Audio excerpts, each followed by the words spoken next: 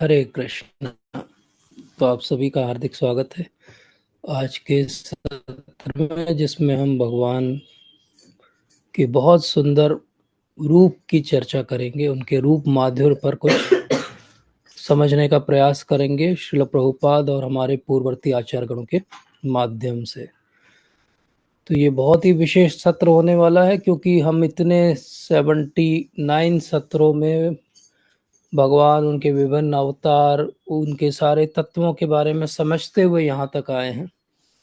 तो अब हम भगवान के इस सुंदर रूप का रसपान करने के भी अधिकारी हो गए हैं, क्योंकि हमने स्टेप बाय स्टेप जो है सब कुछ समझा है। तो भगवान को हमने समझा था पहले स्कंद में ही कि वो सच्चिदानंद विग्रह है, अर्थात वो सत्य हैं, हमेशा विद्यमान रहते हैं, सारा ज्ञान उनके अंदर है और सारे आनंद के वो भंडार हैं। और इनको घनीभूत रूप में सच्चिद और आनंद को रख दिया जाए तो वो भगवान का स्वरूप है। और भगवान को अलग अलग स्तरों पे समझा जा सकता है। जैसे पहले स्कंद में हमने समझा था कि भगवान को हम एक ज्योति के रूप में समझ सकते हैं, भगवान को हम एक लोकलाइज्ड परमात्मा के रूप में समझ सकते हैं, और भगवान को स्वयं भगवान कृष्ण के रूप में समझ सकते हैं। हमने ये भी जाना था पहले स्कंद में कि भगवान का स्वरूप जो उद्घाटित भागवतम में हुआ है वो कहीं भी नहीं हुआ है। और भागवत का जो सूत्र परिभाषा सूत्र वाक्य है वो कृष्णस्तु भगवान स्वयं। तो कृष्ण को समझना, कृष्ण को जानना, कृष्ण के उस सुंदर रूप विग्रह माधुर्य का पान करना, यही भागवतम का सार भी है और यही भागवतम का सर्वस्व भी है। तो कृष्ण करनामृत में बिल्व मंगल ठाकुर जी बहुत सुंदर एक पद्य की रचना करते हैं। वो कहते हैं, मधुरम मधुरम वपुरस्य विभो, मधुरम मधुरम वदनम मधुरम, मधुगंधि मृदु स्मितम में हो, मधुरम मधुरम मधुरम मधुरम। तो जो चौथी लाइन है, बिल मंगल ठाकुर जब लिखते लिखते आए कि मधुरम मधुरम वपुरस्य विभो, उनका वपु जो है, उनका जो सुंदर विग्रह है वो कैसा है, बहुत मधुर है। मधुरम मधुरम वदनम मधुरम, उनका जो मुख है वो उससे भी ज्यादा मधुर है। मधुरम गंधी मृदु स्मितम अतहो, उनका जो शरीर से उनकी सुंदर दिव्य जो सुगंध आती है वो मधुर है। और फिर मधुरम मधुरम मधुरम मधुरम। अब उसके बाद उनके पास लिखने के लिए कुछ शेष नहीं रह गया, तो उन्होंने लिखा मधुरम मधुरम मधुरम मधुरम। भगवान कैसे हैं? अगर कोई कभी आपसे पूछे तो कहिए मधुर हैं भगवान, मधुर है। मधुर अर्थात मधु, अर्थात स्वीट है, हनी जैसे स्वीट है, शहद के जैसे बिल्कुल जो है रसीले हैं भगवान। भगवान के विग्रहों के दर्शन करना, भगवान का साक्षात दर्शन करना ऐसा हो गया जैसे कि एक शहद का मूर्तिमान घनीभूत स्वरूप आपके सामने खड़ा हो। अर्थात आप कभी भी उससे तृप्त नहीं होंगे। जिन्होंने भगवान का दर्शन किया, अगर आप उनका इंटरव्यू लेंगे और पूछेंगे क्या अब आपको ठीक लग रहा है, बोले नहीं, अभी तो और दर्शन करना है, और दर्शन करना। क्योंकि भगवान की विशेषता क्या है, हर क्षण वो और मधुर और मधुर और मधुर होते जाते हैं। मधुरम मधुरम मधुरम मधुरम, मधुर मधुर मधुर मधुर और मधुर होते जाते हैं भगवान। कैसे मधुर होते जाते हैं? तो हमने 2 सत्रों पहले चर्चा की थी, भगवान के सुंदर जो है चरण कमल हैं, कितने सारे चिन्ह हैं और कितने सुंदर हैं, और हमारी दृष्टि वहां से हटती नहीं है। लेकिन फिर भगवान के बाकी दर्शन करना है, इसलिए हम अपनी दृष्टि को ऊपर ले जाते। तो भगवान का सुगठित शरीर है और उसके बाद भगवान के सुंदर कर कमल हैं, जिन पे हमने पिछले सत्र में बात की थी।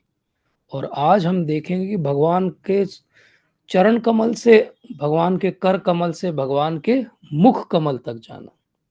मुख कमल पे भगवान के बहुत सुंदर जो है वो लालिमा है, बहुत सुंदर है भगवान का मुख कमल। ऐसा कहा श्रील प्रभुपाद ने एक तात्पर्य में कि पूरे क्रिएशन में, ब्रह्मांड में सबसे सुंदर कोई वस्तु है तो वो क्या है, वो भगवान का मुख कमल है। उससे सुंदर कुछ भी नहीं है। और इसको वल्लभाचार्य जी ने कितने अच्छे से बताया हमें। अधरम मधुरम वदनम मधुरम, नयनम मधुरम हसितम मधुरम, हृदयं मधुरं गमनं मधुरं मधुराधिपतेरखिलं मधुरम। मधुराधिपति हैं भगवान, अखिलम मधुरम, सब कुछ जो है मधुर है। तो अभी हमने बिलमंगल ठाकुर के मुख से सुना था मधुरम मधुरम मधुरम मधुरम। अब वल्लभाचार्य जी क्या कहते हैं? मधुराधिपते अखिलम मधुरम। केवल मधुर नहीं है, वो मधुराधिपते हैं। सबसे सबसे जो मधुर हो सकता है कुछ भी, उसके भी पति हैं, उसके भी वो एक्चुअली पजेसर हैं। कैसे हैं? पूरा मधुराष्टकम तो आज हम नहीं सुन पाएंगे, लेकिन वचनम मधुरम, चरितम मधुरम, वसनम मधुरम, वलितम मधुरम, चलितम मधुरम, भ्रमितम मधुरम, मधुराधिपते अखिलम मधुरम। भगवान का एक एक चेष्टा, भगवान का एक सिंपल चलना, भगवान का एक मुस्कान, भगवान का किसी की तरफ ऐसे अपनी जो है नेत्रों से देख लेना, वो ही मधुर है। वो केवल देखकर जो है व्यक्ति को हमेशा के लिए अपना बना सकते हैं। तो महाविष्णु स्वामी महाराज शिल प्रभुपाद के शिष्य थे, और उन्होंने बहुत सुंदर बात कही कि पूरी भागवतम आप पढ़ोगे तो ज़्यादातर भागवतम में आपको ये दिखेगा कि ये करना चाहिए, ये नहीं करना चाहिए, ये पालन करना चाहिए। ज़्यादातर भागवतम इसके बारे में ही चर्चा करती है।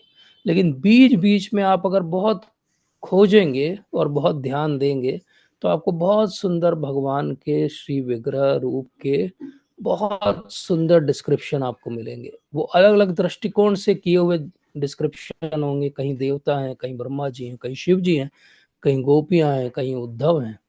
तो सब भगवान को देखते हैं, उस सुंदर अलौकिक दिव्य स्वरूप को, और वो अलग अलग तरीके से भगवान को डिस्क्राइब करते हैं। तो आज हम यही करेंगे अपने सत्र में। हम वो सारे डिस्क्रिप्शंस को एक जगह लेकर आएंगे और देखेंगे कि भगवान कैसे हैं। अब भगवान कैसे हैं समझने के पहले ये समझ लीजिए कि भगवान कैसे नहीं है। तो भगवान ऐसे नहीं है कि उनके कोई सिक्स पैक हैं, कि उनकी बाइसेप्स ट्राइसेप्स जो है बहुत डेवलप्ड है, कि वो जिम जाते हैं, कि वो इम्प्रेस कर रहे हैं, कि उन्होंने एक मूछ रख ली है, कि आजकल जैसे फैशन है दाढ़ी रखने की, तो दाढ़ी मूछ रख ली है। समझ में नहीं आ रहा है कि कौन सी रिलीजन के हैं। ऐसा नहीं है भगवान। भगवान क्लीन है, शेवन है। 16 साल के बिल्कुल किशोर अवस्था में बिल्कुल भगवान जब 120 ईयर्स के भी हो गए तो वो वैसे ही सुंदर दिखते हैं। तो भगवान के पूरे दिव्य स्वरूप में आप ढूंढने भी जाएंगे तो आपको एक भी, अंग्रेजी में कहते हैं ब्लेमिश, मतलब एक भी कमी कमजोरी या कोई डिसप्रपोर्शन नहीं दिखेगा कि ये बात ऐसी नहीं, ऐसी होनी चाहिए थी। लियोनार्डो डा विंची बहुत बड़े जो थिंकर हुए, पेंटर और आर्किटेक्ट, और बहुत कुछ किया उन्होंने। तो उन्होंने एक परफेक्ट मैन का एक प्रपोर्शन दिया कि ऐसा व्यक्ति है, इसको कहते परफेक्ट मैन। और आप भगवान का डिस्क्रिप्शन पढ़ेंगे तो वो है एक्चुअली परफेक्ट मैन। वो लियोनार्डो विंची को पता नहीं चला कि परफेक्ट मैन कहाँ है। परफेक्ट मैन कहाँ पर है? हमारे भागवत के अंदर भगवान श्री कृष्ण का जो डिस्क्रिप्शन है। तो उनके चरण भी जो है वो कमल के समान है। गोपियां कहती है भगवान के चरण कमलों के बारे में कि वो इतने सॉफ्ट हैं कि कहीं वो जाएंगे तो रास्ते में, वन में, उनको कोई कांटा ना चुभ जाए, कोई तृण भी उनको जो है वो हानि पहुंचा सकता है। भगवान के चरण कमल कितने सॉफ्ट हैं, इतने सॉफ्ट हैं कि गोपियां, लक्ष्मी जी जब भगवान की पाद सेवन के लिए उनको छूती हैं तो वहां लाल पड़ जाता है। इतने सॉफ्ट हैं भगवान के चरण कमल। तो इतने जो एक्स्ट्रा ऑर्डिनरी ब्यूटीफुल भगवान हैं, उनको कौन देख सकता है और कौन नहीं देख सकता है? तो जो इम्पर्सनलिस्ट हैं, जो भगवान को मानते ही नहीं, जो एथीस्ट हैं, वो भगवान के कभी दर्शन नहीं कर सकते। क्यों नहीं कर सकते? क्योंकि उन्होंने तो मान ही लिया कि भगवान नहीं है। तो भगवान ने भगवत गीता में कहा, ये यथा माम प्रपद्यन्ते ताम तथैव भजाम्यहम्। तुम मुझे नहीं मानते हो, मैं भी तुम्हें नहीं मानता हूँ। तो आप एथीस्ट हो तो भगवान आपके लिए एग्जिस्ट नहीं करते, सही बात है। अगर आप इम्पर्सनलिस्ट हो तो आपको भगवान के जो चरण कमल के जो नख हैं उससे जो रोशनी निकलती है, वो थोड़ी सी आपको दर्शन हो जाएंगे और आपको उसी में तृप्ति मिल जाएगी, क्योंकि आप इम्पर्सनलिस्ट।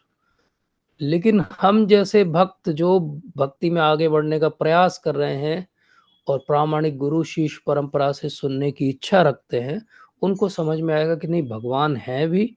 और भगवान केवल कोई लाइट साउंड, कोई इम्पर्सनलिस्ट नहीं है। भगवान क्या है? भगवान का बहुत सुंदर एक स्वरूप है। तो उसको जानने की क्वालिफिकेशन क्या है? कौन जान सकता है? भगवान ने भगवत गीता में ही कह दिया है कि कौन मुझे जान सकता है। भक्त्या तो अनन्य शक्य, हमने पिछले सत्र में भी इस फ्रेज पे बात की थी। तो भगवान जब कहते हैं 11 चैप्टर में, भक्त्या तो अनन्य शक्य, अनन्य भक्ति के द्वारा ही मुझे जाना जा सकता है, कोई और तरीका भगवान को जानने का नहीं। और श्रील प्रभुपाद बहुत सुंदर इसको ट्रांसलेट करते हैं, भक्त्या तो अनन्य शक्य मतलब undivided devotional service. Devotional service ऐसी जिसमें कोई डिवीजन नहीं। तो भगवान की जो मिस्ट्री है, स्वरूप का जो अंडरस्टैंडिंग है, वो किसको मिल सकता है? जो भक्ति करता है उसको मिल सकता है। अच्छा, तो भक्ति करने से क्या होता है? ऐसा क्या होता है कि भगवान के दर्शन करने के हम अधिकारी हो जाते हैं? तो इसके लिए हमें ब्रह्मा जी की प्रार्थनाओं में जाना पड़ेगा। ब्रह्मा जी कहते हैं कि प्रेमांजन शुरित भक्ति विलोचनेन संतः सदैव हृदयेषु विलोकयन्ति यम श्याम सुंदरम अचिंत्य गुण स्वरूपम गोविंदमादि पुरुषम त्वमहं भजामि। प्रेमांजन शुरित भक्ति विलोचनेन, प्रेम का अंजन, अंजन अर्थात काजल, जिनके आंखों में प्रेम का अंजन लगा हुआ हो, प्रेमांजन शुरित भक्ति विलोचनेन संतः सदैव हृदयेषु विलोकयन्ति, ऐसे व्यक्तियों को भगवान ने संज्ञा दी संतों की। और ऐसे संत क्या कर सकते हैं? सदैव हृदयेषु विलोकयन्ति, ऐसे व्यक्ति भगवान को सदैव अपने हृदय में देख सकते हैं। तो अभी हमने समझा था कि भक्त्या तो अनन्य शक्य, ये भगवान के मुख से निकला था कि अनडिवाइडेड डिवोशनल सर्विस से मुझे जान सकते हो। अनडिवाइडेड होना चाहिए, ऐसी घन तरल वाली डिवोशनल सर्विस नहीं होना चाहिए, कभी किया कभी नहीं किया। और आंखों में ना एथिज्म का चश्मा होना चाहिए, ना इम्पर्सनलिज्म का चश्मा होना चाहिए। आंखों में काजल होना चाहिए प्रेम का। प्रेम भरी दृष्टि से आप देखो, आपको भगवान अभी दिख जाएंगे। ये बात किसने की? ब्रह्मा जी ने कही। तो अब हम देखने का प्रयास करते हैं। पहले हम हाथ जोड़ लें। श्रील प्रभुपाद, गुरुवर्ग, गुरु महाराज, हम भगवान के दर्शन करना चाहते हैं प्रेम पूर्वक। हमारा दर्शन करने का कोई और भी हेतु नहीं। अब क्योंकि हम अभी ब्रह्मा जी के माध्यम से समझ रहे हैं, तो उन्हीं के माध्यम से समझते हैं भगवान कैसे हैं। वेणुम क्वांताम अरविंद दलायताक्षम बरहावतम संसितम बुध सुंदरांगम कंदर्प कोटि कमनीय विशेष शोभम गोविंदमादि पुरुषम त्वमहं भजामि। शिल प्रभुपाद की बहुत बड़ी कृपा है हम सबके ऊपर कि आप दर्शनार्थी में पूरे संसार में कहीं भी जाएंगे, आपको ये यमुना माता जी के मुख से गाई हुई प्रार्थना, जो वस्तुतः ब्रह्मा जी ने गाई है, वो सुनाई देगी। प्रभुपाद ने जब पहली बार ये रिकॉर्ड सुना था, तब उन्होंने कहा था कि this should be played every day in all the temples all around the world. वेणुम क्वांताम अरविंद दलायताक्षम बरहावतम समसितम अम्बुत सुंदरांगम कंदर्प कोटि कमनीय विशेष शोभम गोविंदमादि पुरुषम त्वम हम भजामि। तो वो आदि पुरुष गोविंद, मैं उनका भजन करता हूँ, मैं उनको प्रणाम करता हूँ। कैसे हैं वो? वेणुम क्वांताम अरविंद दलायताक्षम, बहुत सुंदर उन्होंने वेणु हाथ में धारण की हुई है, और उनके दिव्य मुखमंडल के ऊपर एक बहुत सुंदर जो है मोर का पंख उन्होंने धारण किया हुआ। उनकी आंखें कैसी है? अरविंदाक्ष हैं, ऐसी आंखें हैं जैसे कमल की जो है वो पंखुड़ियां। और इतने सुंदर हैं भगवान, ऐसा लग रहा है जैसे कोई अभी अभी जो है आसमान में नए नए बादल आए हों, जो कि ब्लैक और ब्लूइश के बीच के किसी शेड के बादल हैं। और ऐसे भगवान जो है वो सुंदर दिखाई दे रहे हैं। वेणुम क्वांताम अरविंद दलायताक्ष बर्हावतम समसितम अम्बुद सुंदरांगम कंदर्प कोटि कमनीय। कंदर्प, जो गॉड ऑफ लव कहा जाता है, कामदेव जो है, कंदर्प कोटि कमनीय। करोड़ों करोड़ों कामदेव अगर आके एक साथ खड़े हो जाएं सामने, तो भी भगवान के सामने वो जुगनू की तरह लगेंगे, जैसे सूर्य नारायण के सामने कोई जुगनू हो। तो ऐसे सुंदर हैं भगवान, ऐसे विशेष उनकी शोभा है। कैसी विशेष शोभा है कि भागवतम में ही एक और स्थान पर कहा गया कि सर्व सौंदर्य संग्रहम। भगवान को अगर कभी समझना हो तो क्या है भगवान? सर्व सौंदर्य संग्रहम। सारा सौंदर्य दुनिया का आप भर लो एक जगह, संग्रह कर लो उसका, बिल्कुल होलसेल में आप जो है वो उसको इकट्ठा कर लो, तो भगवान को शायद समझ जाओ। सर्व सौंदर्य संग्रह। अब हमारी आंखें क्या है, हमेशा सौंदर्य ढूंढती रहती है।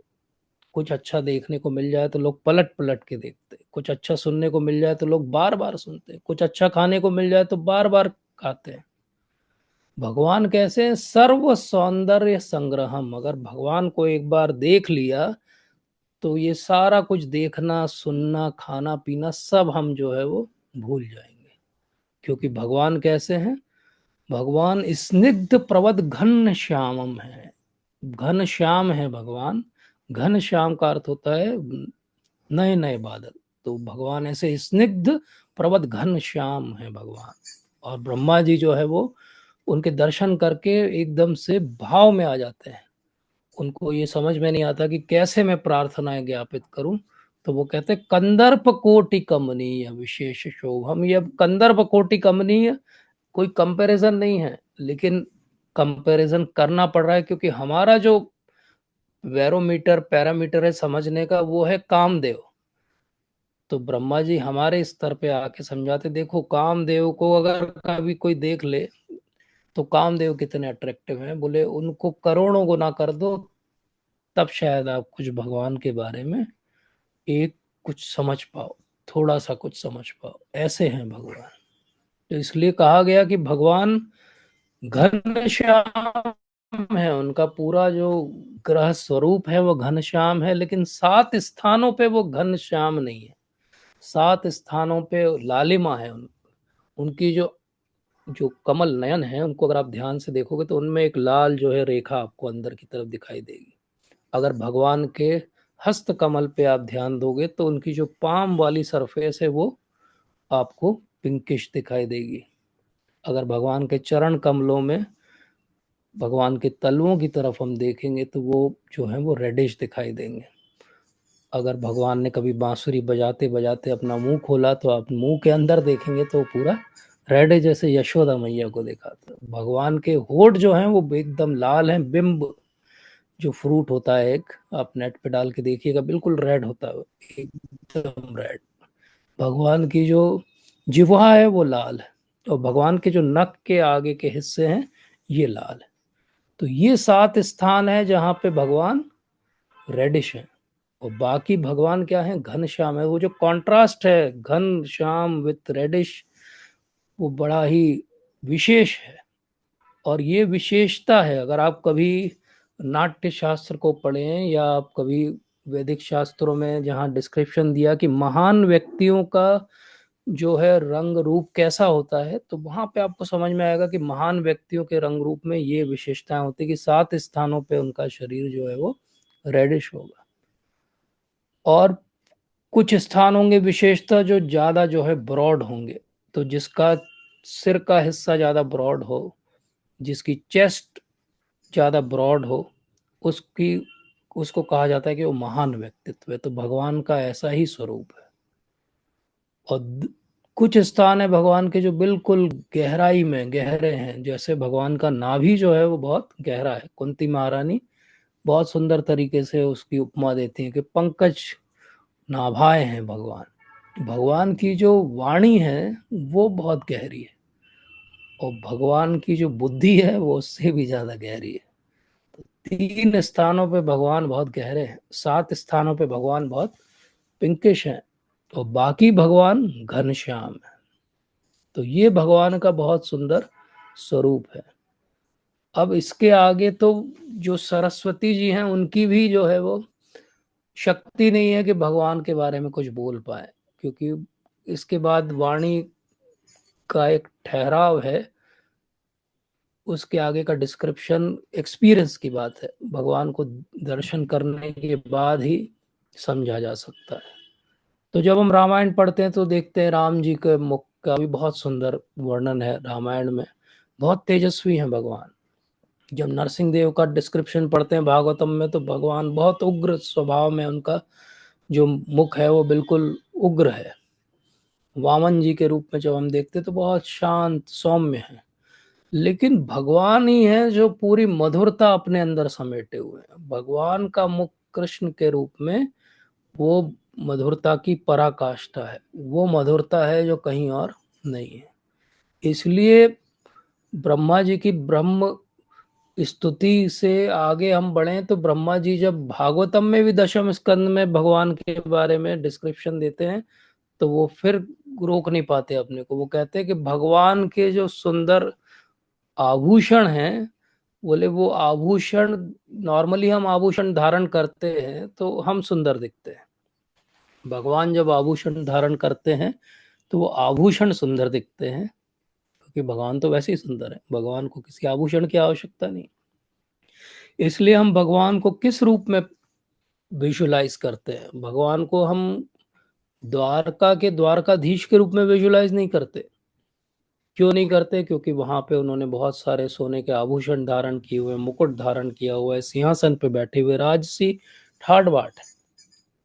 इसीलिए तो जब वो कुरुक्षेत्र की लड़ाई के पहले आते हैं और वहां पे बहुत बड़ा जो है वो सूर्य ग्रहण होने वाला है, तब जब वृंदावन से भक्त आए हैं तो वो जब भगवान के इस तरह से दर्शन करते हैं और राधा रानी जब भगवान को इस राजसी वेश में देखती तो वो कहते हैं ये मेरे कृष्ण नहीं है। मेरे कृष्ण कौन से हैं? बोले मेरे कृष्ण तो वो हैं जो वन माला धारण करते हैं, मेरे कृष्ण तो वो हैं जो पूरे समय जो है गोपियों के साथ में, गौओं के साथ में, ग्वालों के साथ में अटखेलियां करते हैं। मेरे कृष्ण ये नहीं है जो एक राजा की भांति जो है रथ पे बैठे हुए हैं। तो इसलिए वो क्या करती हैं, वो मन में भगवान को वापस खींच के वृंदावन ले जाना चाहती। और श्रील प्रभुपाद कहते हैं कि ये जो भाव है भगवान को द्वारका से वृंदावन वापस लेके आने का, ये भाव ही रथ यात्रा है। तो ब्रह्मा जी जब भगवान का इतना सुंदर डिस्क्रिप्शन करते तो वो कहते हैं भगवान बहुत सुंदर हैं। भगवान ने जो वस्त्र धारण किए हैं वो पीतांबर है भगवान का, और वो पीतांबर कैसा है? ऐसा लग रहा है जैसे कोई बिजली चमकी हो, ऐसा चमकीला जो है वो पीतांबर उन्होंने धारण किया। गले में एक लंबी सी वनमाला है जो उनके घुटने तक आती है, और सिर पे उन्होंने बहुत सुंदर जो है एक मोर का पंख धारण किया हुआ है। और इस तरीके से भगवान अपने त्रिभंग ललित स्वरूप में खड़े हुए हैं, हाथ में उनके बांसुरी है और कमर में उन्होंने एक बिगुल जो है वो बांधा हुआ है। इतने सुंदर भगवान है। कैसे हैं भगवान? आलोल चंद्र लसद वनमाल्य वंशी रत्नागदम प्रणय केली कला विलासम श्यामम त्रिभंग ललितम नित्य प्रकाशम गोविंदम आदि पुरुषम त्वमहम भजामि। तो श्यामम त्रिभंग ललितम, त्रिभंग रूप में खड़े हुए हैं भगवान। तीन स्थानों से भगवान जो है वो टेढ़े हैं, मुड़े हुए खड़े हुए हैं। और ललितम, ऐसा नहीं कि एक ऐसे स्टैचू टाइप खड़े हुए हैं, ललितम है वो। पूरे समय उनकी आंखें यहाँ वहां देखती रहती हैं, पूरे समय देख रहे हैं। क्या कर रहे हो?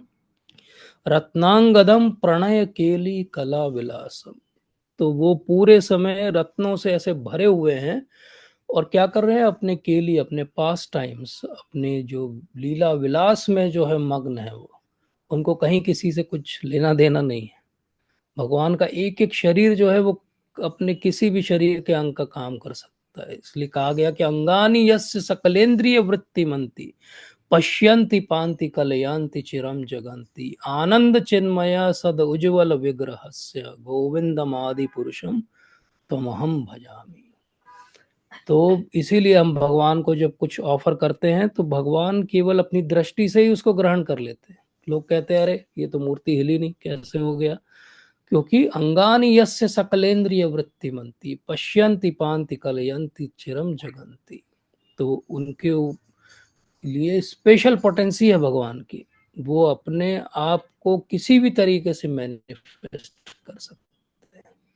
तो इतने सुंदर हैं भगवान, इतने सुंदर हैं भगवान कि उनके लिए कहा गया, कस्तूरी तिलकम ललाट पटले वक्षस्थले कौस्तुभम नासाग्रे वर मौक्तिकम करतले वेणु करे कंकणम सर्वांगे हरिचंदनम सुललितम कंठे च मुक्तावली गोपी स्त्री परिविष्टितो विजयते गोपाल चूड़ामणि।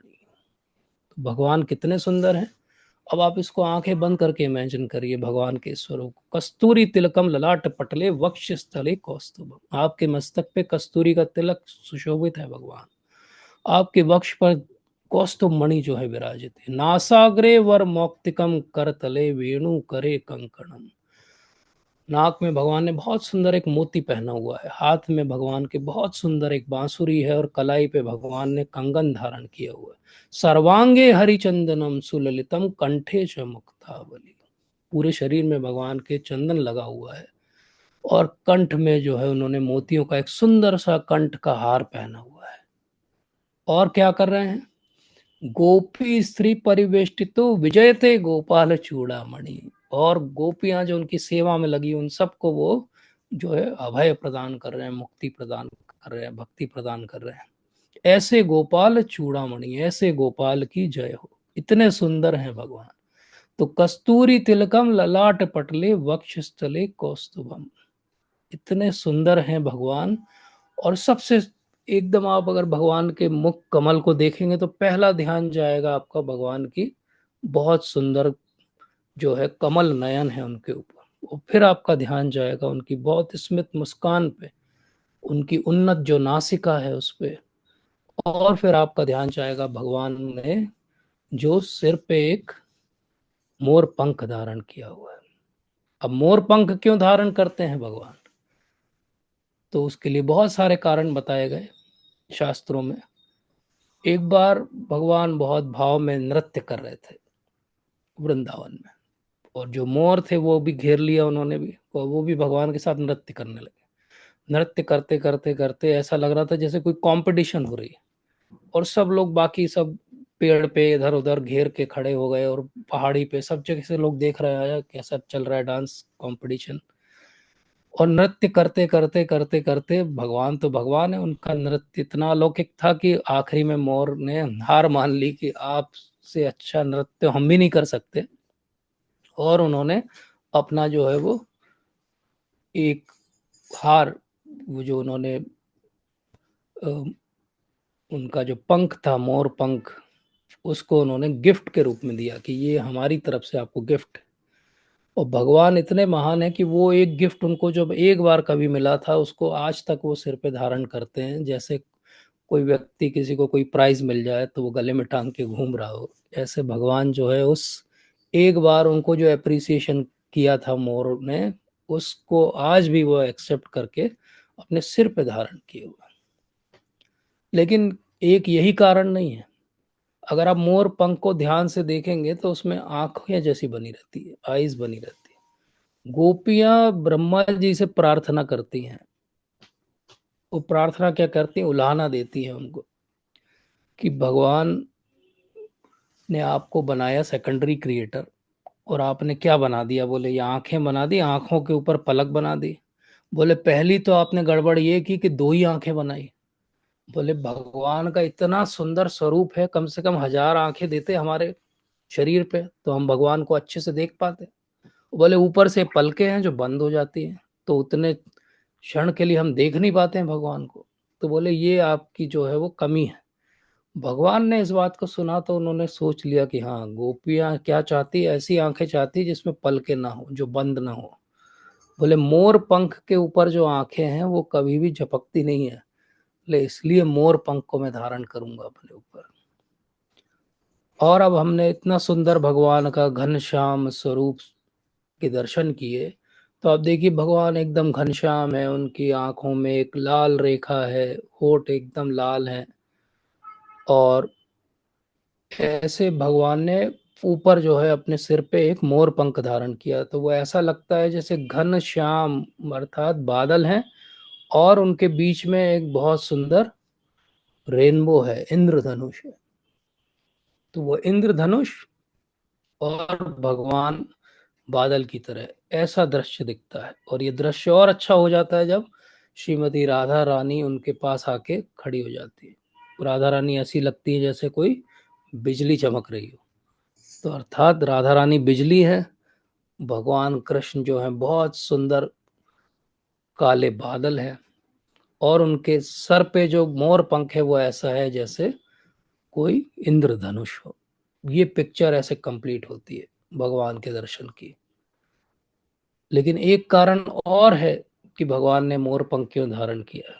जो गोपियां हैं, राधा रानी हैं, जब वो अपने बाल संवारती हैं, उसमें बहुत सारे बहुत सुंदर मोती अलग अलग कलर के लगाती है। और जब वो चलती हैं तो वो ऐसे उड़ते हैं, तो ऐसा लगता है जैसे जब मोर नृत्य नहीं कर रहा हो तो वो अपनी पूंछ को ऐसे सीधी रखता है, तो वो बीच बीच में कहीं कहीं चमकता है, उसका जो मोर पंख का सिरा होता है। तो भगवान मोर पंख सर पे इसलिए धारण करते हैं कि इसके बहाने वो गोपियों को, राधा रानी को याद करते हैं, इसलिए भगवान मोर पंख धारण करते हैं। अब भगवान जब इतने सुंदर हों, उनका डिस्क्रिप्शन ही इतना सुंदर हो, तो अगर उनके दर्शन हो जाए तो क्या हो जाएगा, मुंह से बोल ही नहीं निकलेंगे। तो इसीलिए ब्रह्मा जी जब भगवान के एकदम दर्शन करते हैं तो उनको समझ में नहीं आता कि वो क्या करें। इसीलिए भगवान को एक नाम दिया गया कि वो मदन मोहन है। मदन वो है जो कंदर्प है, जो गॉड ऑफ लव है, कामदेव है, जिसने सबको मोहित किया हुआ है इस पूरे जगत में ऊपर तक। लेकिन भगवान कैसे, मदन मोहन है, अर्थात वो मदन भी मोहित हो जाते हैं। और श्रीमती राधा रानी क्या है, मदन मोहन मोहिनी है, वो इन मदन मोहन को भी मोहित कर लेती। तो राधा रानी का सौंदर्य की पराकाष्ठा क्या होगी, वो तो हमारे सोचने और समझने के बिल्कुल ही परे हो गया। तो लक्ष्मी जी जब भगवान के ऐसे सुंदर भाव के दर्शन करती हैं और इतना सुंदर स्वरूप का दर्शन करती हैं, तो उनके भी समझ में नहीं आता कि वो क्या करें। लेकिन एक बात होती है, भागवत में दिया गया कि लक्ष्मी जी जब भगवान के दर्शन करती हैं तो उनका जो गर्व है कि मैं सबसे सुंदर हूँ, वो गर्व जो है वो चूर चूर हो जाता है। भगवान लक्ष्मी जी से भी ज्यादा सुंदर है। तो श्रील प्रभुपाद कहते हैं कि सबसे सर्वांग सुंदर अगर कोई है और सर्व सौंदर्य संग्रहम कोई है तो वो कौन है, वो भगवान है। इसीलिए शिव जी जब प्रचेताओं को सिखा रहे हैं रुद्र गीता, तो उसमें भगवान के बारे में डिस्क्रिप्शन सिखाते हैं। और वो क्या कहते हैं, उनके सर्वांग सौंदर्य है। भगवान का सौंदर्य कैसा है, बिल्कुल उनका कोई भी कंपैरिजन नहीं है, कहीं से भी कोई भी कंपैरिजन नहीं है, भगवान इतने सुंदर है। उद्धव जी क्या कहते हैं, उद्धव जी तो भगवान के साथ रोज उठते बैठते हैं, लेकिन वो भी जब भी भगवान को देखते मैस्मराइज हो जाते, वो सोचते कि अरे कल देखा था भगवान को, आज देखा तो और सुंदर है। तो कहते हैं कि जिन्होंने कृष्ण का मुख एक बार देख लिया, उनको कुछ भी और वस्तु आकर्षक नहीं लगेगी।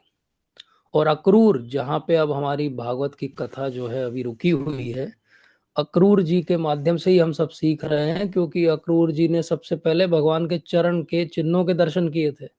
इसलिए हमने एक सत्र में भगवान के चरण चिन्हों की चर्चा की। फिर बाद में अक्रूर जी ऐसा सोचते हैं कि मैं कृष्ण और बलराम से मिलूंगा तो उनका हाथ ऐसे पकड़ूंगा, वो अपना हाथ मेरे सिर पे रखेंगे।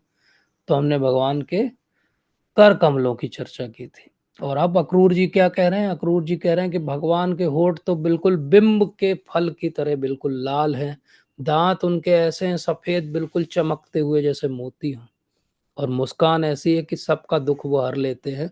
इसलिए मैं भी जब उनके पास जाऊंगा और उनका दर्शन करूंगा तो मैं कृत्य कृत्य हो जाऊंगा।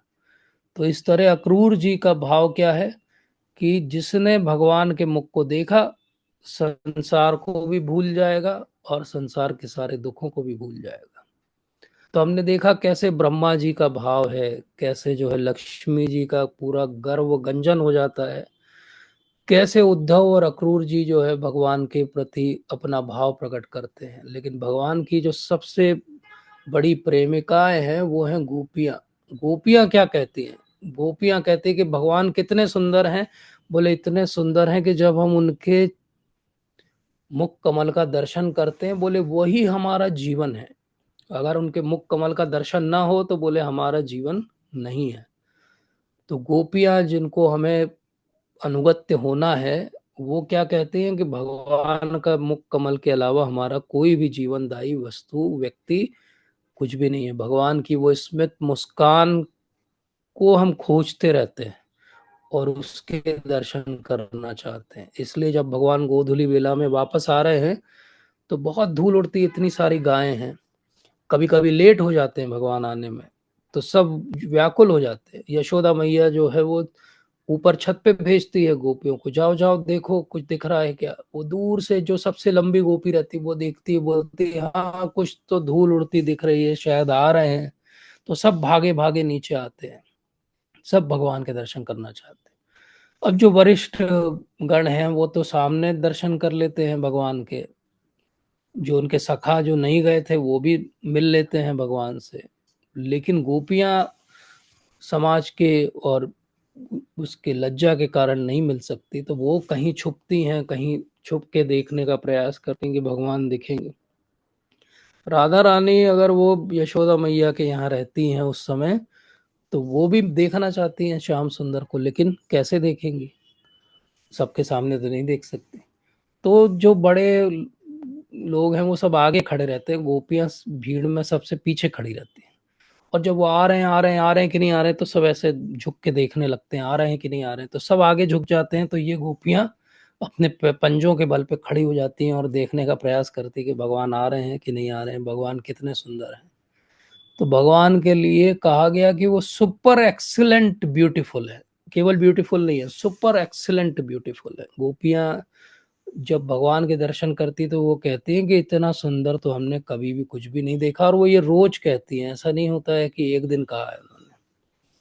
और उनको ऐसा लगता है कि बिल्कुल घनश्याम अर्थात एक जो ब्लैक क्लाउड है वो ऐसे चला आ रहा है, बोले उस ब्लैक क्लाउड इतना सॉफ्ट है, नीलमणि के जैसा भगवान का जो है वो रंग है, और इतने सुंदर हैं भगवान, सर्वांग सुंदरता है भगवान की। भगवान का स्वरूप कैसा है, तो गोपियां कहती है कि भगवान का स्वरूप ऐसा है जैसे कोई सूर्य जब उदय हो जाता है तो सारा अंधकार समाप्त हो जाता है। भगवान का स्वरूप कैसा है, बोले चंद्रमा जो हृदय को शांति और शीतलता दे दे।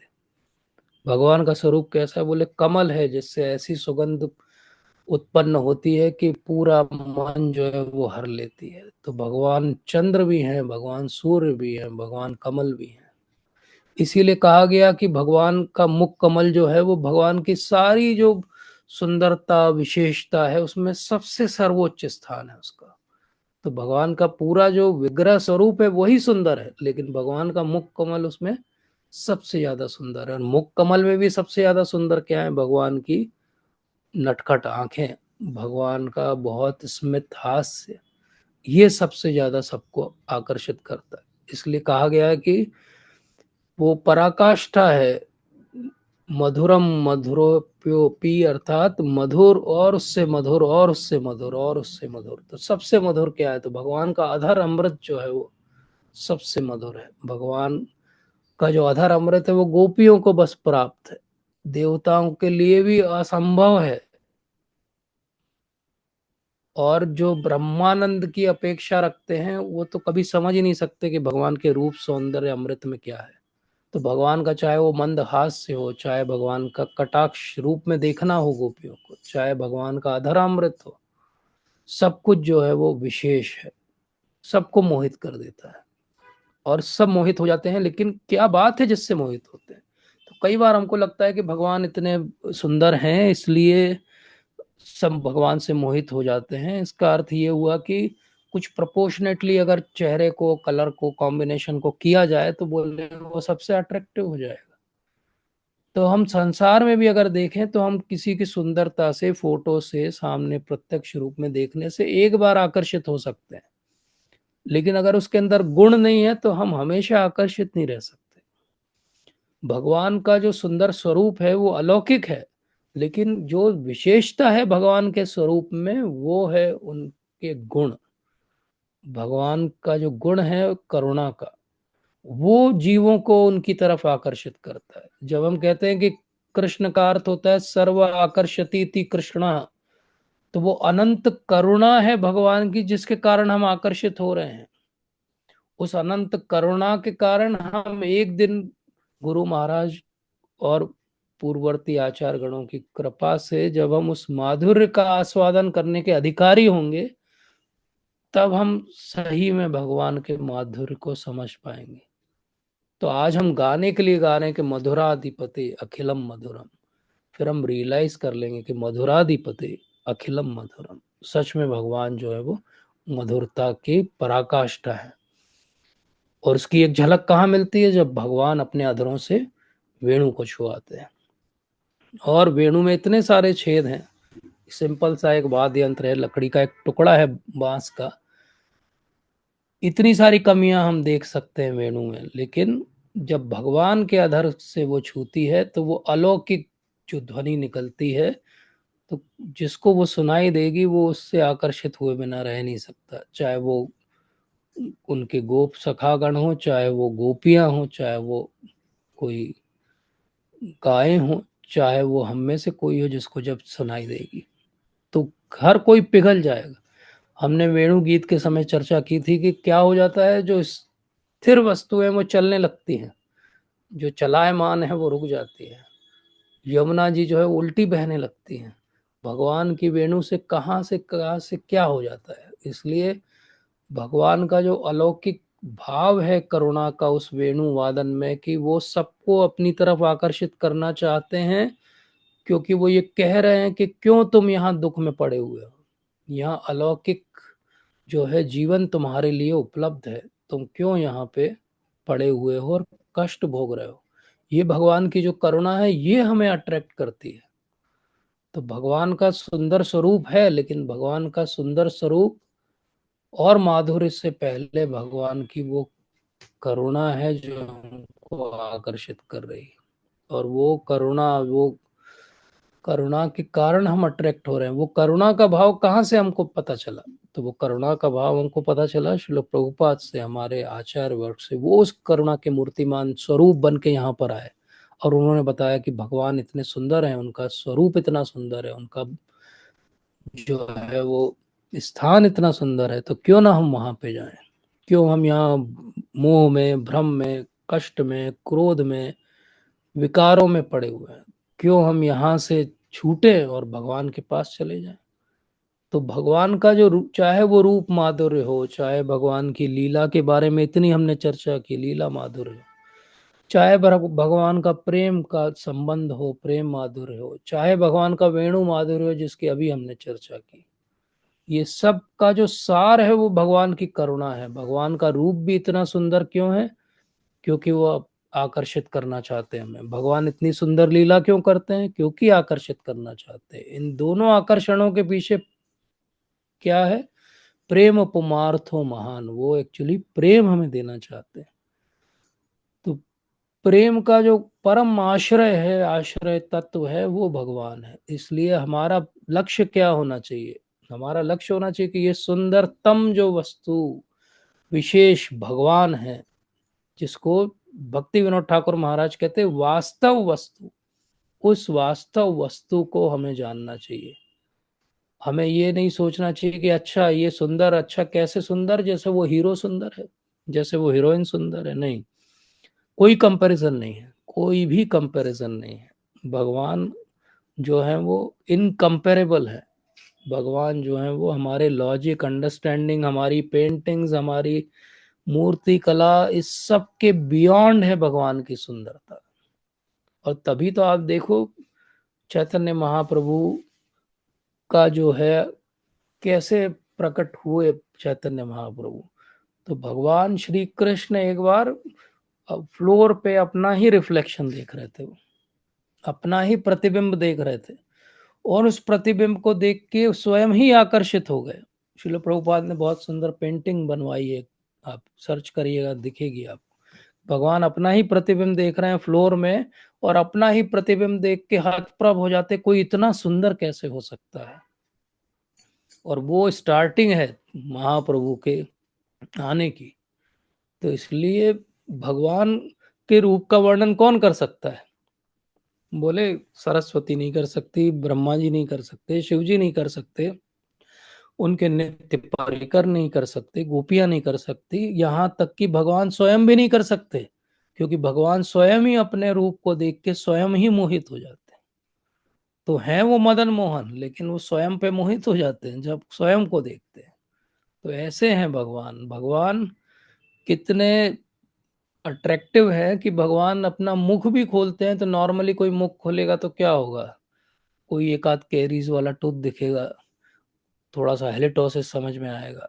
लेकिन यशोदा मैया जब भगवान के मुख में देखती है कि तुमने माटी खाई कि नहीं खाई, तो भगवान अपने मुख के अंदर पूरे ब्रह्मांड के दर्शन करा देते। केवल ब्रह्मांड नहीं, उसमें वो ब्रह्मांड भी है जिसमें वो खुद खड़े होके खुद जो है वो मुख के अंदर देख रही हैं।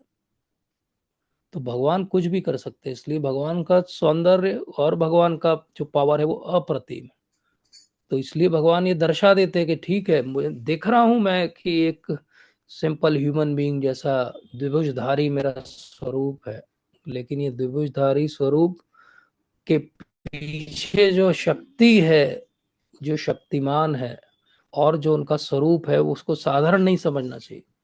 तो हमने क्या समझा आज? हमने ये समझा कि भगवान के स्वरूप को एथिस्ट नहीं समझ सकते, क्योंकि भगवान को नहीं मानते। इम्पर्सनलिस्ट जो भगवान के स्वरूप को नहीं समझते हैं, ना समझना चाहते हैं, वो नहीं देख सकते भगवान को।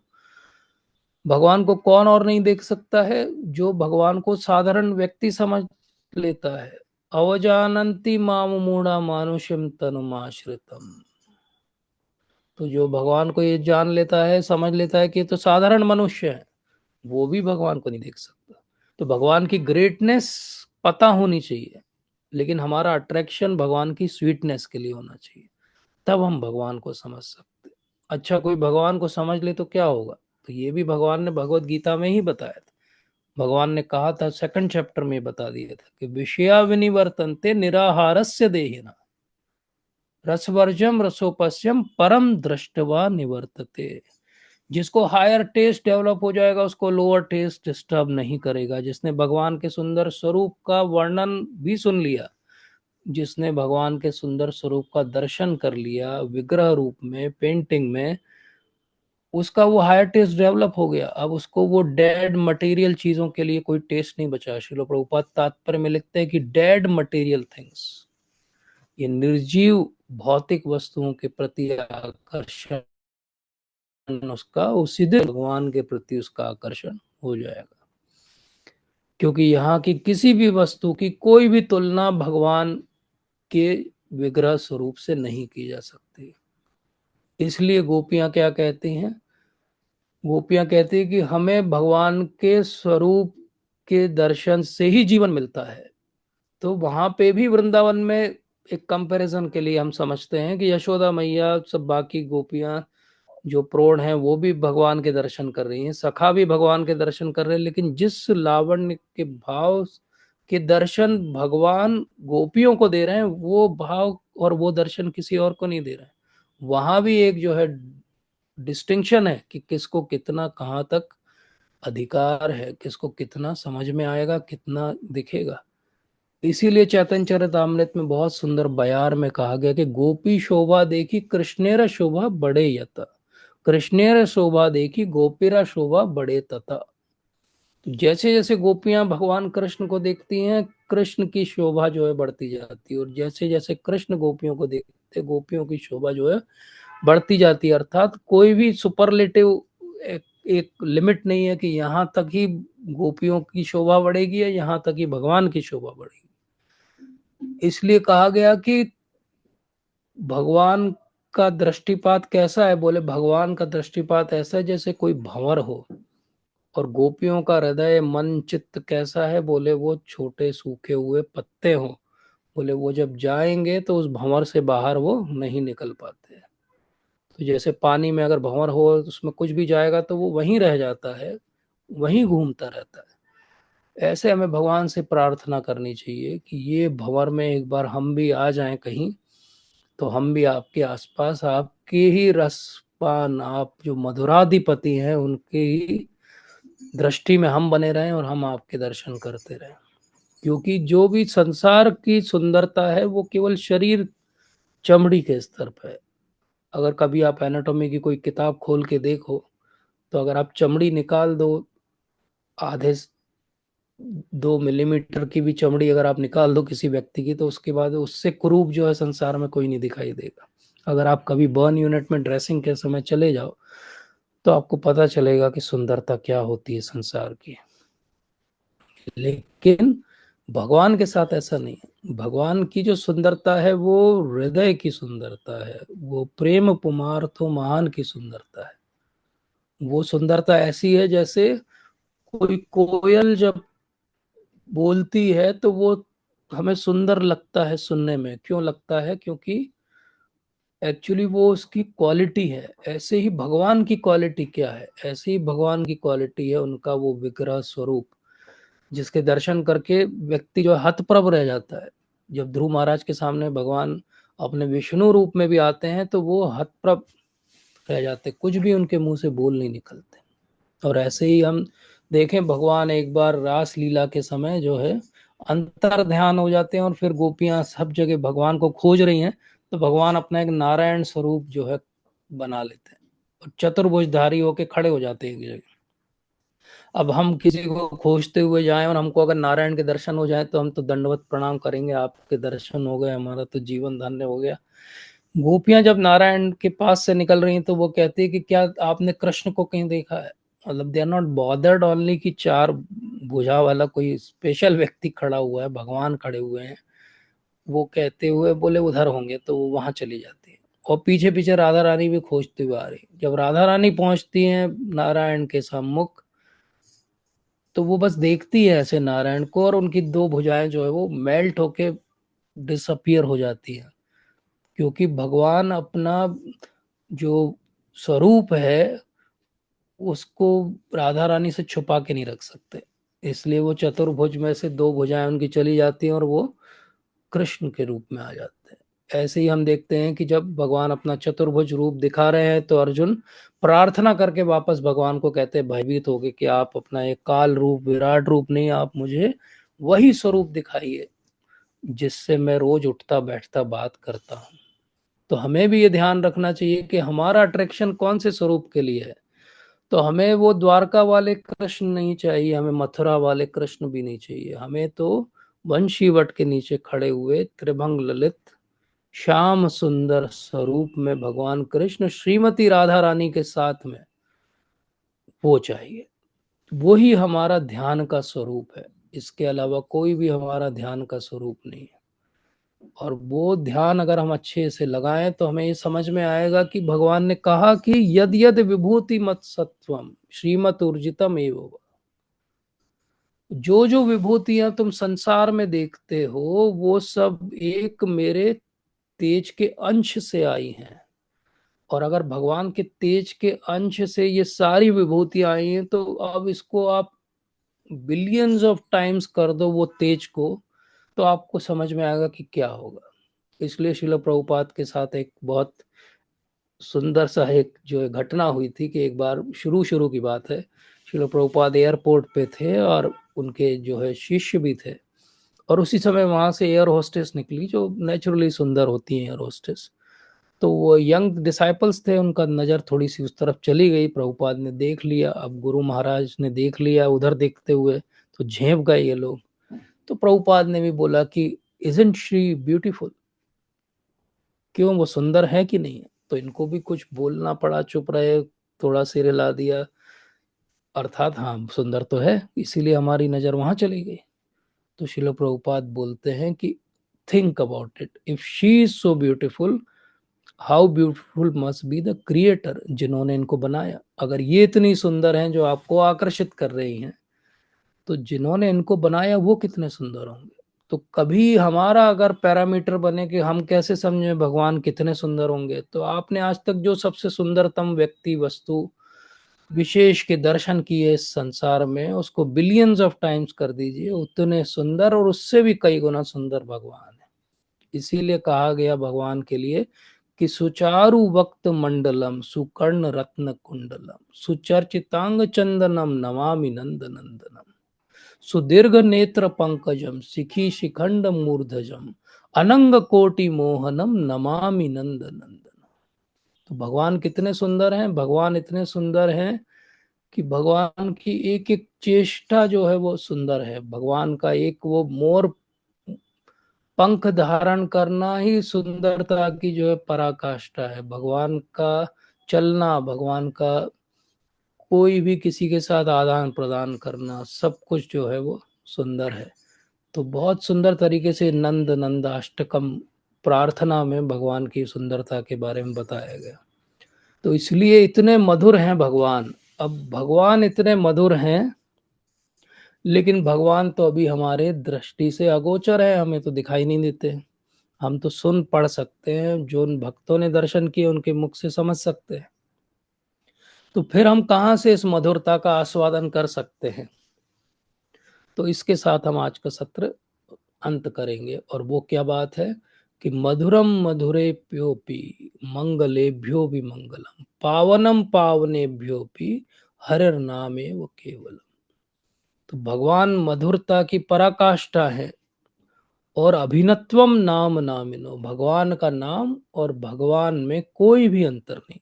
भगवान के स्वरूप में और भगवान के नाम में कोई अंतर नहीं। भगवान की लीला में और भगवान के नाम में कोई अंतर नहीं। भगवान के धाम में और भगवान के नाम में कोई अंतर नहीं है। क्योंकि कोई अंतर नहीं, इसलिए मधुरम मधुरेप्योपि, इसलिए भगवान का नाम सबसे मधुर है। तो आज हमारे लिए क्या सुलभ है? भगवान का नाम सुलभ है। तो हम भगवान का नाम लेके उस मधुरता का आस्वादन कर सकते हैं।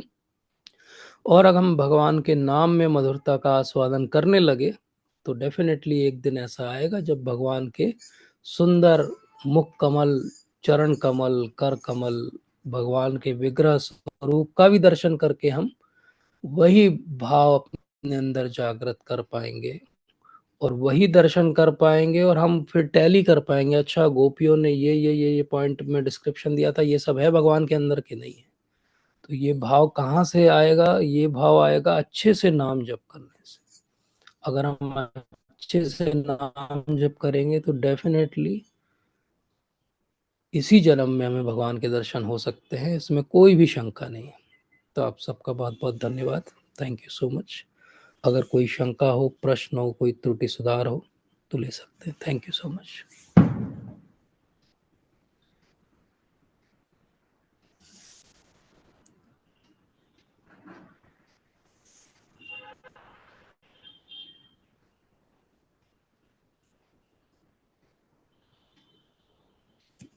हरे कृष्णा प्रभु जी, दंडवत प्रणाम। हरे कृष्ण प्रभु जी, दंडवत प्रणाम। Thank you for coming. Yes प्रभु जी। तो प्रभु जी फॉर वंडरफुल लेक्चर। आज आपने जो भगवान कृष्ण के बारे में बताया, मैंने आज टॉपिक ही पढ़ा था तो देखा था कि आज जिस टॉपिक पे चर्चा होनी है, तो मैंने आज 8:15 क्लिनिक बंद कर दी। मैंने कहा आज तो मैं सुनूंगा इसको पक्का। तो प्रभु जी आज थैंक मतलब भगवान के बारे में सुन के तो बहुत अच्छा लगा, और आपके द्वारा जो एक्सप्लेनेशन हुआ प्रभु जी, उसमें तो ऐसा लगता है कि भगवान चाहिए ही चाहिए। अब तो भगवान चाहिए ही चाहिए।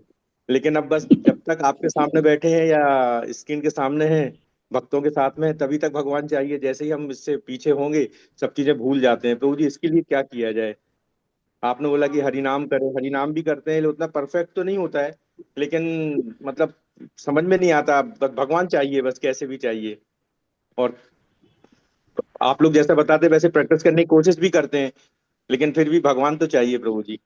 उसका कोई शॉर्टकट फॉर्मूला बता दीजिए। ज्यादा जिंदगी भी नहीं है, ज्यादा मेहनत भी नहीं कर सकते हैं, फंसे भी बहुत बुरी तरह है। हाँ, तो यू। बस यस भगवान प्रभु। चाहिए। कैसे मिलेंगे प्रभु जी भगवान?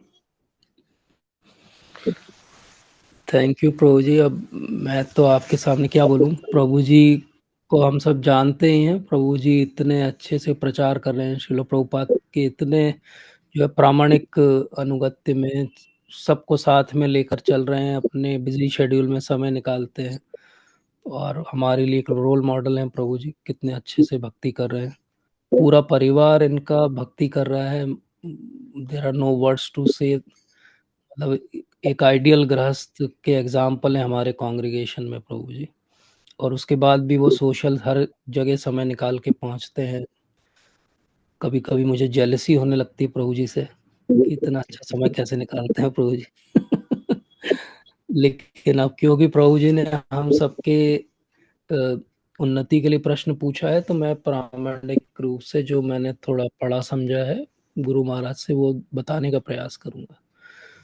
शिल रूप गोस्वामी कहते हैं कि लौल्यम अपि एक मूल्यम।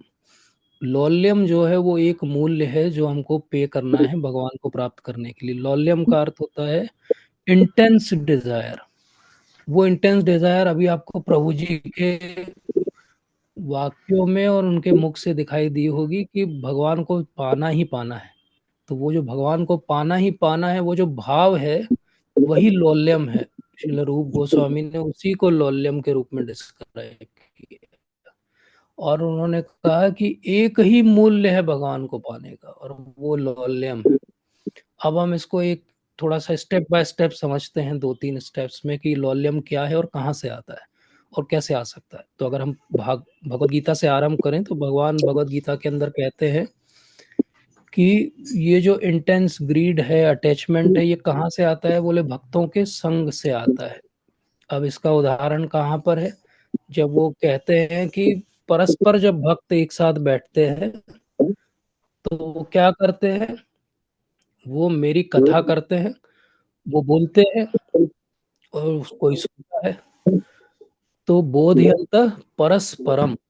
तो भक्तों के बीच में क्या भाव होना चाहिए जब संग में बैठे हम? कि भगवान की चर्चा हो, और भगवान की चर्चा ऐसी हो कि भगवान की चर्चा हमें अट्रैक्ट करे, और हम भी बोलते हुए अट्रैक्ट हो जाए उसमें, और सुनने वाला व्यक्ति भी अट्रैक्ट हो जाए। तो ये भाव अगर हो तो लौल्यम जो है वो हमें मिलता है। क्योंकि जब हम बात करते हैं कि परंपरा में हमको सुनना चाहिए, परंपरा में हमको चलना चाहिए, परंपरा के आधार पे प्रयास करना चाहिए, तो परंपरा हमको क्या दे रही है? परंपरा वही लौल्यम ही दे रही है। वो जो भाव है श्रील प्रभुपाद का कि वो अमेरिका इतनी कठिन परिस्थितियों में गए, तो वो क्या बांट रहे थे? वो ही इंटेंस ग्रीड ही बांट रहे थे वो सबको, कि देखो मैं इतना ग्रीडी हूँ भगवान के लिए, आप भी वैसे ही ग्रीडी बनो, आप भी वैसे ही लौल्यम अपने अंदर जो है वो जागृत करो। तो इसीलिए कहा गया।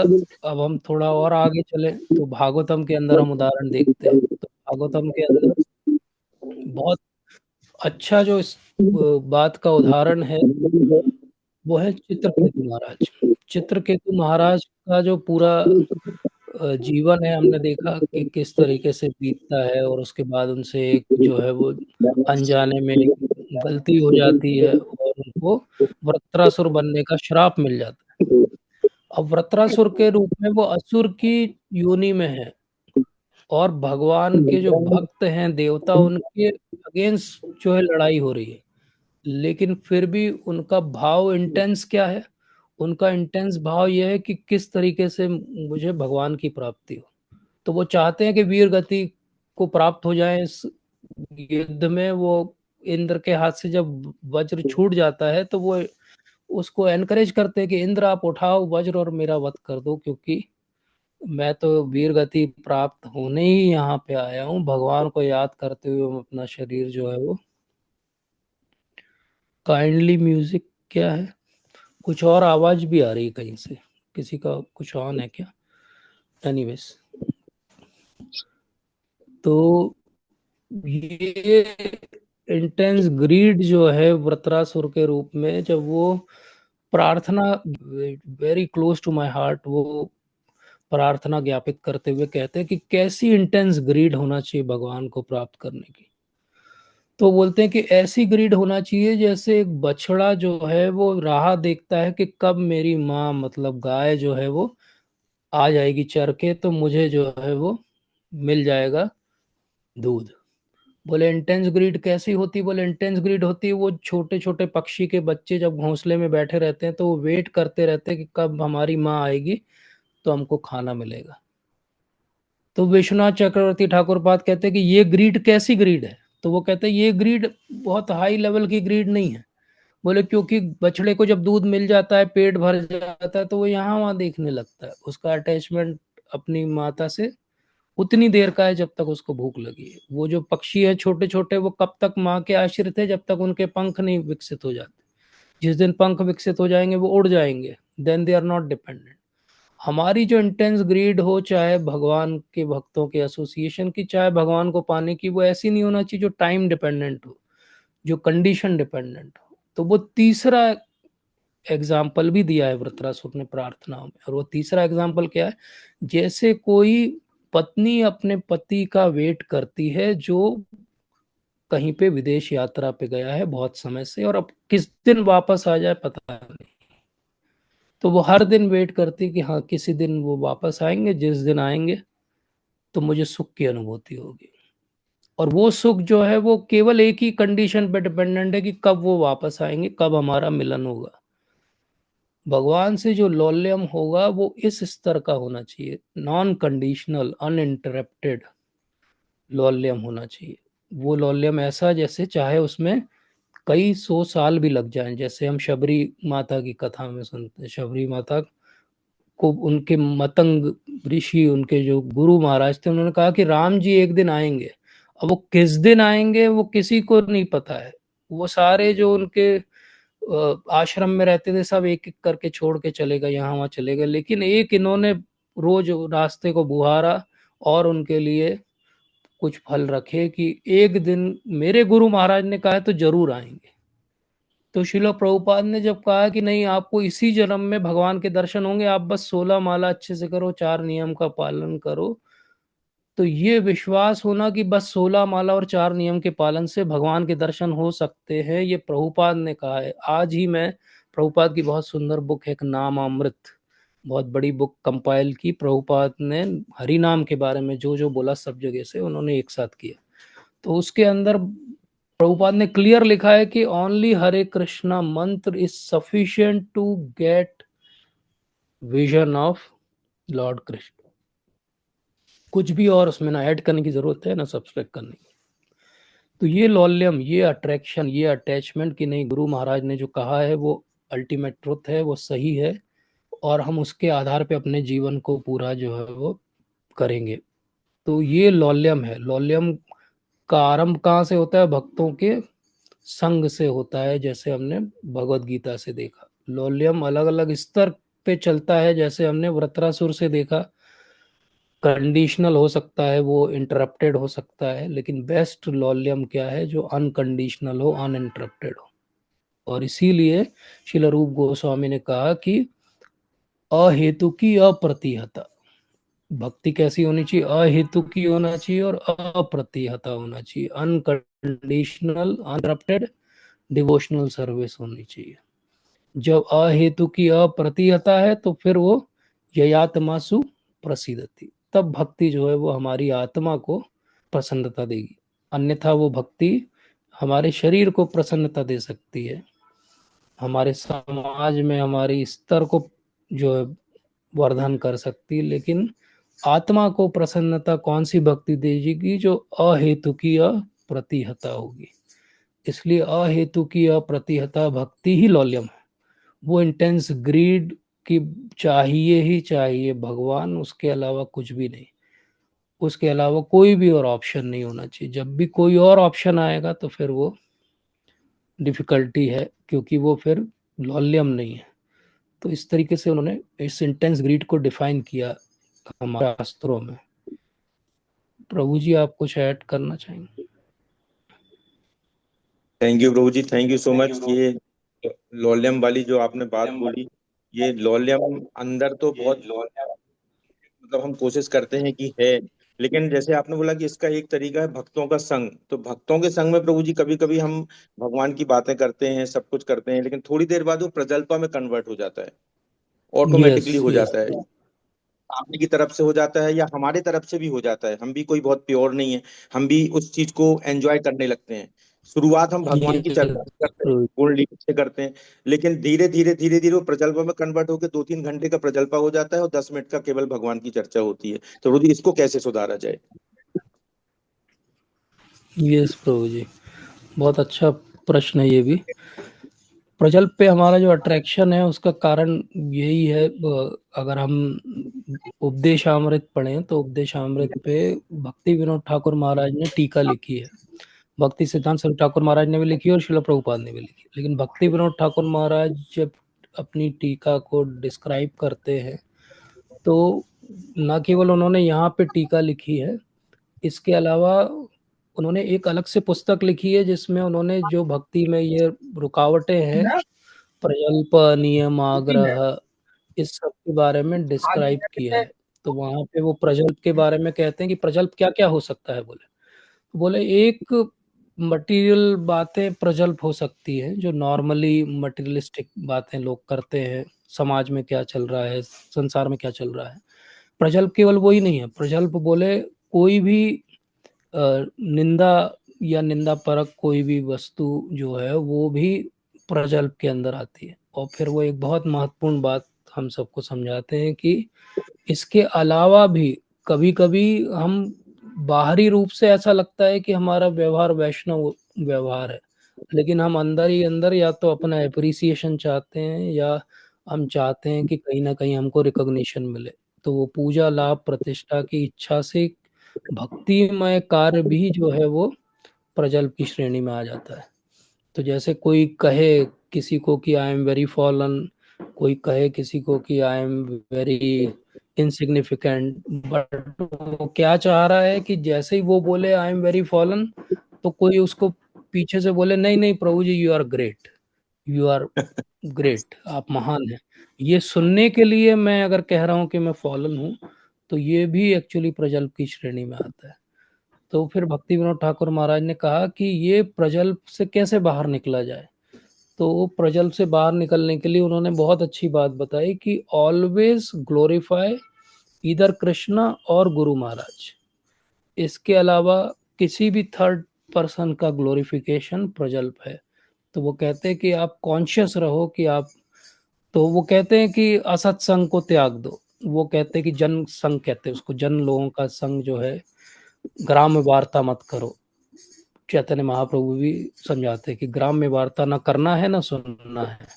लेकिन अगर होने लगे कहीं पे तो हम क्या कर सकते हैं, तो हम अपनी प्रेजेंस को वहाँ से कर्टेल कर सकते हैं, हम बात को घुमा के वापस भक्ति में ला सकते हैं। हम कॉन्शियस रह सकते हैं कि हमने भगवान की कितनी चर्चा की और कितनी हमने बाकी चर्चा की। और क्योंकि सब भक्ति हैं तो हम उनसे फ्रैंकली डिस्कस भी कर सकते हैं कि देखिए हमने अगर 2 घंटे में आधे घंटे भगवान की चर्चा की और 1.5 घंटे कुछ और चर्चा की, तो हम शायद और केयरफुल रह के भगवान के बारे में चर्चा करें तो ज़्यादा अच्छा होगा। तो हम कॉन्शियस रह के भी इस चीज़ को इम्प्रूव कर सकते हैं। कभी कभी ऐसी सिचुएशंस भी होती है जहां हमारे कंट्रोल में कन्वर्सेशन नहीं है, तो सबसे अच्छा है कि हम ये कह सकते हैं कि मुझे कुछ कार्य है, मैं थोड़ा सा व्यस्त हूँ, और हम वहाँ से एक्सक्यूज ले सकते हैं। क्योंकि कहीं ना कहीं हर प्रजल्प जो है वो हमको वो अहेतु की अप्रतिहता भक्ति से दूर कर रहा है। इसलिए बहुत अच्छी बात है, जैसे हम प्रोफेशनल्स हैं, हमको मरीजों की बातें सुनना पड़ती है, कभी कभी सोशल रीज़न से कहीं आना जाना भी पड़ता है। तो मेरे जो शिक्षा गुरु हैं बहुत अच्छी बात बताते हैं और मैं कई बार उसको दोहराता हूँ। वो कहते हैं कि जब आप कहीं ऐसी जगह जाओ तो आप ये सोच के जाओ कि आप उनका संग लेने नहीं जा रहे हो, आप संग देने के लिए जा रहे हो। मतलब you try to spiritualise as much as possible that environment. और बोले जब आप किसी वैष्णव के यहाँ जाओ तो आप ये सोच के जाओ कि मैं उनका संग लेने जा रहा हूँ, ना कि मैं अपना संग उन्हें देने जा रहा हूँ, क्योंकि मैं तो पतित व्यक्ति हूँ, लेकिन उन्होंने बुलाया है, वो साथ में है या वो चाहते हैं कि मैं उनका संग लूँ, तो वो उनकी महानता है। तो this is the best way how we can manage things. जी प्रभु जी, थैंक यू सो मच प्रभु जी। आपने बहुत अच्छे से गाइड किया। और मैं सभी भक्तों को एक बार बताना चाहूंगा कि प्रभु जी ने जैसे बोला कि मैं बहुत अच्छा गृहस्थ हूँ और बहुत अच्छा भक्त हूँ, तो ऐसा कुछ भी नहीं है। ये प्रभु जी की कृपा है, भगवान की कृपा है, प्रभु जी का सहयोग है। और ये जो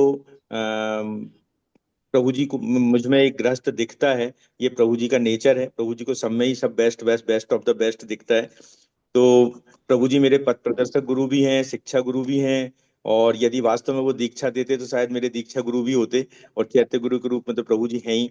तो प्रभु जी ने ही मुझे गृह मेदी से गृहस्थ बनाया है। और अभी भी मैं गृहस्थ नहीं हूँ, अभी भी मैं गृह मेदी हूँ। मेरा सेंटर अभी भी माया ही है। अभी मैं भी माया को ही चाहता हूँ, लेकिन फिर भी प्रभु जी जैसे भक्तों और आप सभी लोगों के सहयोग से थोड़ा थोड़ा भगवान को सेंटर में रखने की कोशिश कर रहा हूँ, और आप सभी लोगों से प्रार्थना करता हूँ कि ऐसे ही मेरे लिए प्रार्थना करें।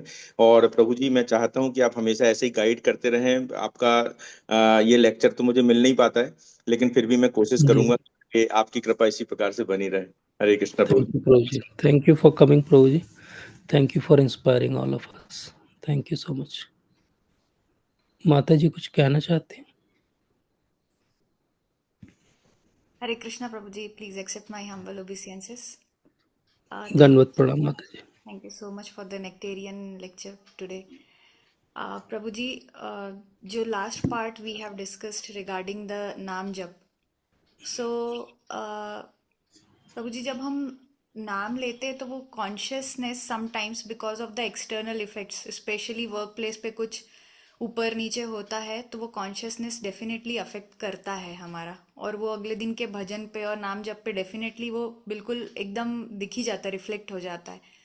तो इसके लिए जब हम डिस्कस करते हैं अपने सीनियर और सिंसियर डिवोटीज जैसे अंकित प्रभु जी हैं, सोनालिका माता जी हैं, तो जब उनसे डिस्कस करते हैं तो वो श्रीमद् भागवतम का 10-14-8 बताते हैं, पास्ट मिसडीड वाला, which is very hmm, difficult, very difficult. Hmm, समझ में आता है लेकिन उसको इम्प्लीमेंट करना काफ़ी दिक्कत है। But I also on the similar lines I heard in Adi Gadadhar प्रभुज लेक्चर वेयर ही सेज कि अगर वो आपके नाम भजन पे साधना में अगर वो हिंडरेंस क्रिएट कर रहा है तो you need to seek help also at times, being honest and you need to seek help. Yes, तो प्रभु जी हम ये थ्रेशोल्ड कैसे समझ में आएगा हमें, बिकॉज अल्टीमेटली वो फॉल्स ईगो पे लगता है तो दुख तो बहुत ज़्यादा होता है, बहुत पेनफुल है वो, basically because it is hitting the false ego. तो हम ये थ्रेशोल्ड कैसे डिसाइड करेंगे कि उसको समझें, एक तो कि वो पास्ट मिसडीड वाला है कि किस पॉइंट पे जाके it is kind of getting unbearable sort of. तो kindly enlighten me on this. Yes माता जी, very deep question, and I am also suffering from the same disease. So it will be like a patient giving treatment to someone. So very difficult question for me to answer, but let's try to analyze at least if we can gather something out of it. So basically उसको पहले, अब आज हम गोपियों की चर्चा कर रहे थे तो वहीं से समझते हैं, क्योंकि 10th कैंटो की आप भी बात कर रहे हैं। उसके बाद फिर will go again back to Bhagavad Gita and will try to understand from there. तो हम कहते हैं कि हमको भगवान को याद करना है, और याद करने का जो कलयुग में सरलतम विधि है वो नाम जप करना है। और नाम जप के द्वारा शिल प्रभुपाद ने हमें आज्ञा दी कि 16 माला मिनिमम करना है, और उससे ज़्यादा जितनी अनलिमिटेड आप कर पाओ, मन में कर पाओ, बीट्स पे कर पाओ, वो अच्छा है भविष्य के लिए, भक्ति के लिए। तो हम बेसिकली कोई चीज़ है जो भूल गए और उसको याद करने का प्रयास कर रहे हैं।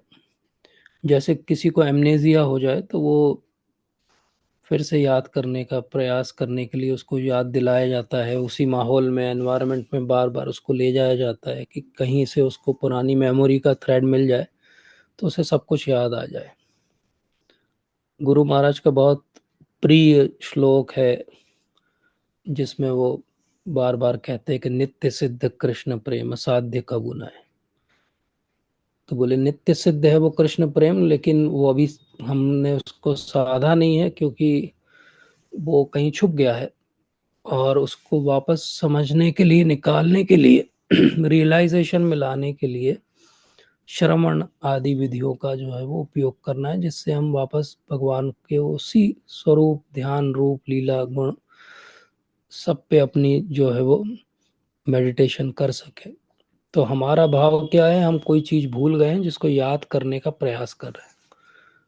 गोपियों का भाव क्या है, गोपियों के सर पे भगवान इतनी ज्यादा चढ़े हुए हैं कि उनको अपने नॉर्मल कार्य करने के लिए वो भगवान से प्रार्थना करती कि थोड़ी देर के लिए ये भगवान का ध्यान हमारे मन से हटे तो हम कुछ कर पाए। राधा रानी तो कैटेगोरिकली ये प्रे करती है कि उन्हें अगर कुछ करना है तो बोले थोड़ी देर के लिए श्याम सुंदर का ध्यान मेरे मन से हट जाए तो मैं ये कार्य कर पाऊँ। तो ये बिल्कुल पोल्स अपार्ट है। एक वो है जिनको इतना ज़्यादा भगवान का ध्यान और नाम है कि वो भूलने के लिए जो है वो प्रयास करना चाहते हैं, और एक हम हैं जो इतना भूल चुके हैं कि हम जब याद करने का भी प्रयास करते तो वो प्रयास में भी बहुत सारी बाधाएं आ जाती है। और वो बाधाएं कई कई रूप से आती है। मन के स्तर पे बाधाएं आती हैं, शरीर के स्तर पे बाधाएं आती हैं, कभी कभी पुरानी हमारी जो संस्कार कंडीशनिंग है उसके स्तर पे बाधाएं आती हैं, कभी कभी एनवायरनमेंट के स्तर पे बाधाएं आती हैं। तो माता जी का जो स्पेसिफिक प्रश्न है वो एनवायरनमेंट के स्तर पे आई हुई बाधाओं का है कि हमने पिछले दिन जो कुछ किया है नेचुरली, क्योंकि हमारी मेमोरी इंटैक्ट है तो हमें अगले दिन उसमें से बहुत सारी बातें याद भी आती हैं। उसमें से कोई चीज़ ऐसी विचलित करने वाली हो तो वो विचलित भी करती है, तो हमारा ध्यान नाम में नहीं लग पाता है। ऑल्दो मैं यहाँ ये डिस्क्लेमर दे दूं कि माता जी जो है वो अ, अ, बहुत सुंदर एक आनंद वृंदावन प्रभु जी का ग्रुप है उससे जुड़ी हुई है, और बहुत सुंदर तरीके से वो नाम जप करते हैं। 64 माला, 128 माला उनके लिए रूटीन बात है। लेकिन फिर भी क्योंकि एक प्रश्न उठा है तो मैं जो केवल 16 माला करता हूँ उसको आंसर करने का प्रयास कर रहा हूँ। तो आप खुद ही समझ सकते हैं कि मेरी कोई क्वालिफिकेशन नहीं है बोलने की, क्योंकि कहाँ 16 राउंडर और कहाँ 64 and 128। But let's try something more to analyse it. तो वातावरण जो है वो हमको डिस्टर्ब करता है, नेचुरली करता है। तो एक बहुत सुंदर उदाहरण मैंने सुना था एक बार, गौर गोपाल प्रभु जी ने दिया था हम लोगों को जब हम यूथ क्लासेस में जाते थे। तो बड़ा सुंदर है, मुझे याद रहता है हमेशा, कि मान लो आप एक स्ट्रीट के एक एंड पे हो, और आपको ये करना है कि अगर आप ये स्ट्रीट पे दौड़ के दूसरे एंड पे पहुंच जाओगे तो आपको 1 लाख रुपए मिलेंगे। करना बस इतना है, आपको एक गली के एक कोने से दौड़ के दूसरे कोने तक जाना है, आपको 1 लाख रुपए मिलेंगे पहुंचते ही।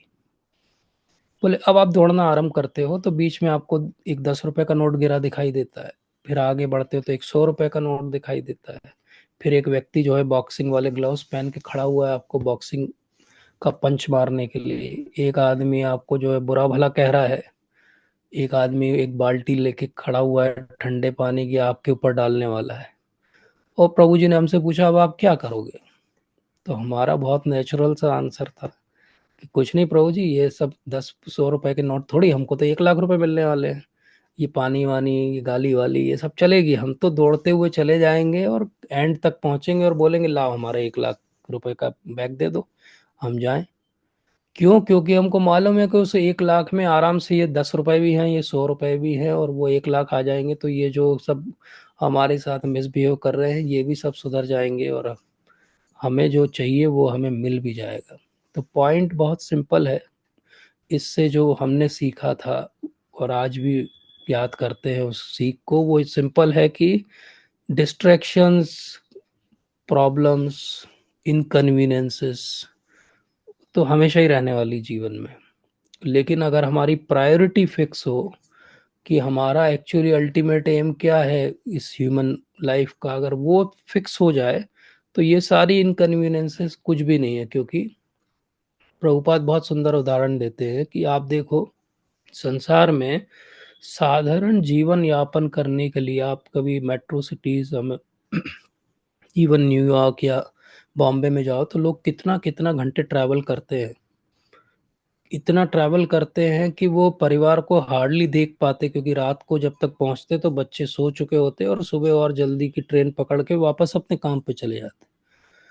तो प्रभुपाद कहते हैं कि सिंपल जीवन यापन करने के लिए इतना कष्ट उठाने के लिए अगर व्यक्ति तैयार है तो नाम जब जिससे सबसे बड़ी जो है वस्तु मिलने वाली है, क्या उसके लिए हम कोई कष्ट, कोई परेशानी या कुछ हमें अगर एडजस्टमेंट करना पड़े तो क्या नहीं करेंगे?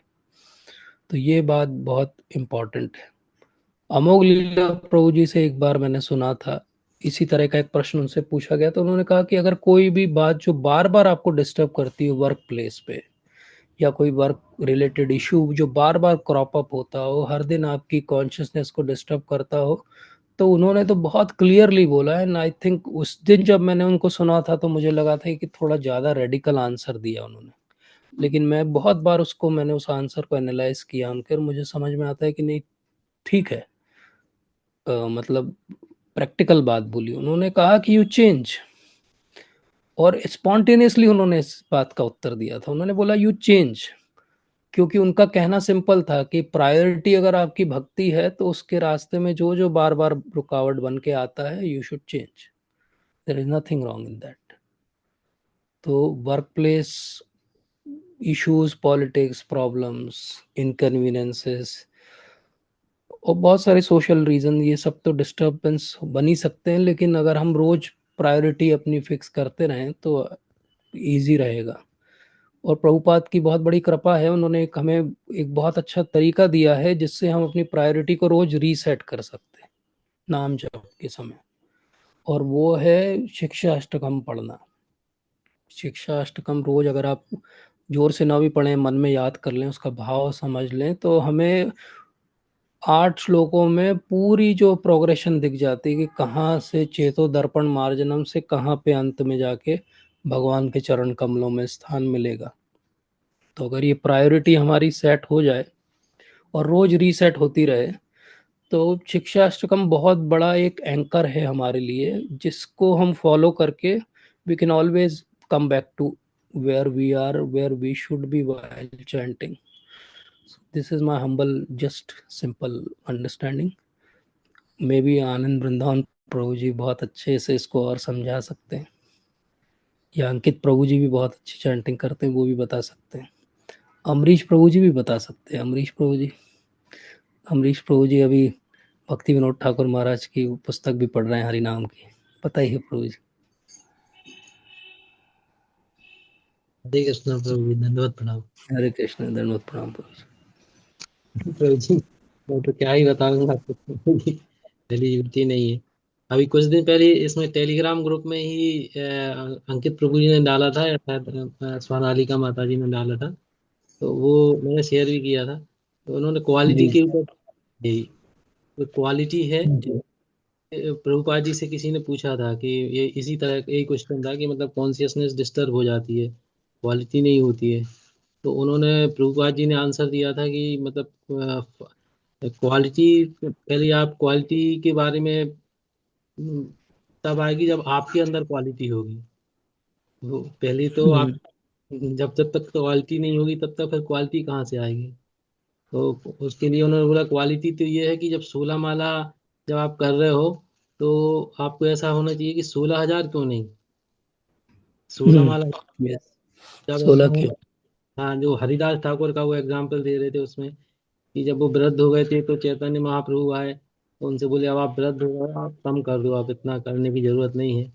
तो उन्होंने कहा नहीं, मैं जब तक जीवित हूँ तब तक मैं, मतलब ये मैं बाई फोर्स नहीं कर रहा हूँ, ये मतलब मैं ऐसा ही करना चाहता हूँ, ये किसी कोई मेरा मतलब प्रेशर नहीं है, ये मैं बाई चॉइस, ये ये क्वालिटी है। तो उन्होंने बोला लेकिन हमारे अंदर ये नहीं है। तो फिर उन्होंने बोला लेकिन जब तक अगर आपके अंदर ये चीज़ नहीं आ रही है, तब तक जो गुरु महाराज के इंस्ट्रक्शंस हैं, तो वो आप तो अभी तो आपको करना है, आप तो भाई बाई फोर्स कर रहे हो।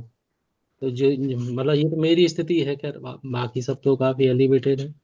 तो मेरा अंडरस्टैंडिंग ये है कि अभी तो वो बाई फोर्स ही हो रहा है, ये है। और ये है कि चूंकि हम अपनी टंग का एक सेंस का यूज कर रहे हैं और बोल रहे हैं, तो थोड़ा सा माइंड भी एंगेज होता है उसमें, थोड़ा सा कान भी एंगेज होता है। तो ये तो अभी बाई फोर्स ही हो रहा है। जब तक कि जो है वो क्वालिटी तो तभी आएगी जब हमें करने के बाद ये लगने लगे कि नहीं, अभी तो और कर लें, अभी तो वो स्थिति जो है आएगी, तभी ऐसा हो पाएगा, जहाँ तक मुझे ऐसा लगता है। बहुत अच्छा यस है। प्रभु जी। भक्ति विनोद ठाकुर महाराज कहते हैं कि कब ऐसा होगा, मतलब वो हम सबके लिए कह रहे हैं कि कब ऐसा होगा कि मेरे मुख से जो हरि नाम निकलेगा वो मेरे कर्णों से प्रवेश करके मेरे हृदय में जो कमल है उसको खिला देगा, और उस पर भगवान आसीन हो जाएंगे आके। तो ये एक उनकी प्रेयर का हिस्सा है भक्ति विनोद ठाकुर महाराज की, उनकी ये जो उत्प्रेरणा है कि कैसे होगा ऐसा कि मेरे हृदय में जाके वो हरि नाम जो है वो हृदय कमल को जो है वो विकसित कर देगा, ये भाव है उनका। तो डेफिनेटली वो एक हायर पोजीशन है, एलिवेटेड पोजीशन है, लेकिन we should all aspire for it, pray for it, एक एंड बात और समडे प्रभु में बी विद। ये जो एक ऑनलाइन सेशन हुआ था भक्ति रसामृत सिंधु महाराज का, तो उससे उनसे भी मैंने पूछा था एक क्वेश्चन, ये कि जो जी हम जी। 24 करते हैं तो उसमें मतलब हम जो करते हैं वही तो माइंड में चलेगा। तो उन्होंने यस उसका ये किया था कि अधिक से अधिक समय भक्तों के साथ रहने का प्रयास करो, try to remain devotee association. तो जब आप अधिक जी। से अधिक उसमें रहोगे तो फिर उन्होंने यही आंसर दिया था उसका, तब फिर हाँ, आपका क्वालिटी इम्प्रूव करने का तरीका। यस यस यस प्रभु जी, इसीलिए तो हमें आपके संग की आवश्यकता है प्रभु जी, हम तो ताकि प्रभु जी हमारी आप क्वालिटी भी। जब भी गड़बड़ होता है तो हम तो आपके चरणों का ध्यान करने लगते हैं। तो फिर अब जो है थोड़ा लौट के वापस आ जाते हैं। प्रभु जी इसमें आपने बताया था ये मोर धारण करने का, जो कृष्ण भगवान यस मोर का यस मुकुट। यस अभी मैं यस। वहां गया, बरसाना में एक मोर मुकुट मंदिर है, तो वो राधा हाँ रानी हाँ हाँ। है क्या ना यस कि यस। मुकुट धारण करने का। हाँ, मोर, वो जो मोर कुटिर है प्रभु जी, उसकी कथा सुनेंगे क्या? हाँ थोड़ी सुनी तो थी शॉर्ट पर। में सुनाता जी। हूँ। यस।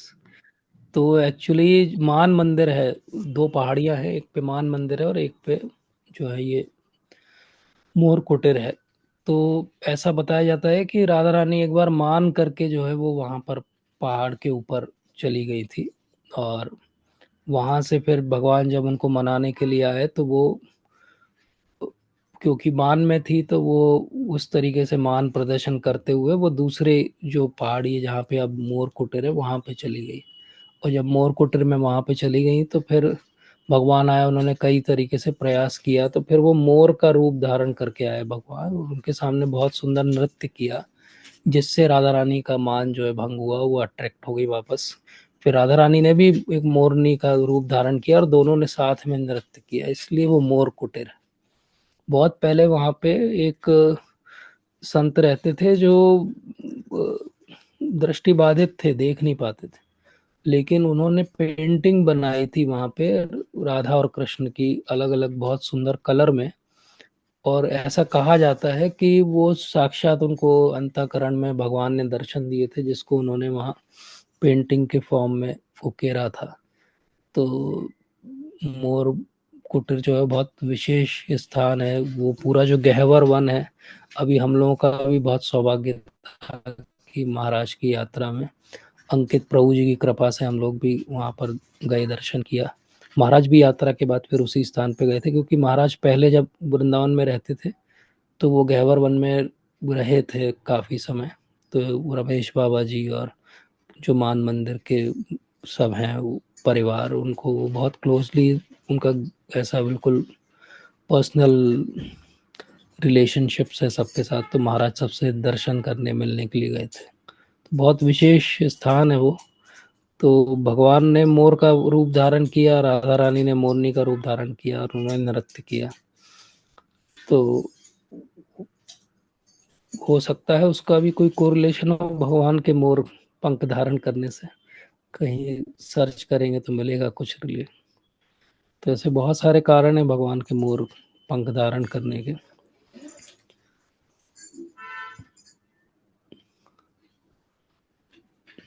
और कुछ बताएंगे प्रभु? जी थैंक यू। यस। तो होपफुली माता जी को कुछ शायद आंसर मिला होगा, आई डोंट नो। बाकी वैसे आपको Thank you so much, Anand Prabhuji. Vrindavan Prabhu जी से पूछना So much चाहिए। indebted yes for the guidance and the elaborate answer. And I have no qualification, Prabhuji. It is all mercy of Anandam Prabhuji and your and Ankit Prabhuji and Sonalika Mataji. And also Amrish Prabhuji is very consistent. He is being the inspiration for all the Jabalpur yes devotees. Yes, I can So see. Yes thank you so much, Prabhuji. Yes, few of our participants, they are very regular and very particular. They always attend. So we are very thankful to each one of them. Dilip Prabhuji, Nandanandan Prabhuji, they are always there. So we are thankful to them also. तो अब हम भगवान की चर्चा को अगले सत्र में आगे बढ़ाएंगे. एक्चुअली कार्तिक चल रहा था और हमारी भागवतम की कथा वहां पे आ गई थी जहां पे भगवान वृंदावन छोड़ के मथुरा जाने वाले थे, और मेरा मन नहीं हुआ कि भगवान जाए मथुरा, तो मैं टाल रहा था भगवान का वृंदावन से बाहर जाना. अब देखते भगवान की आगे क्या इच्छा है. Thank you so much. Hare Krishna. वांछा कल्पतरुभ्यश्च कृपा सिंधुभ्यो च पतितानां पावनेभ्यो वैष्णवेभ्यो नमो नमः. शिल प्रभुपाद की जय. हरे कृष्ण.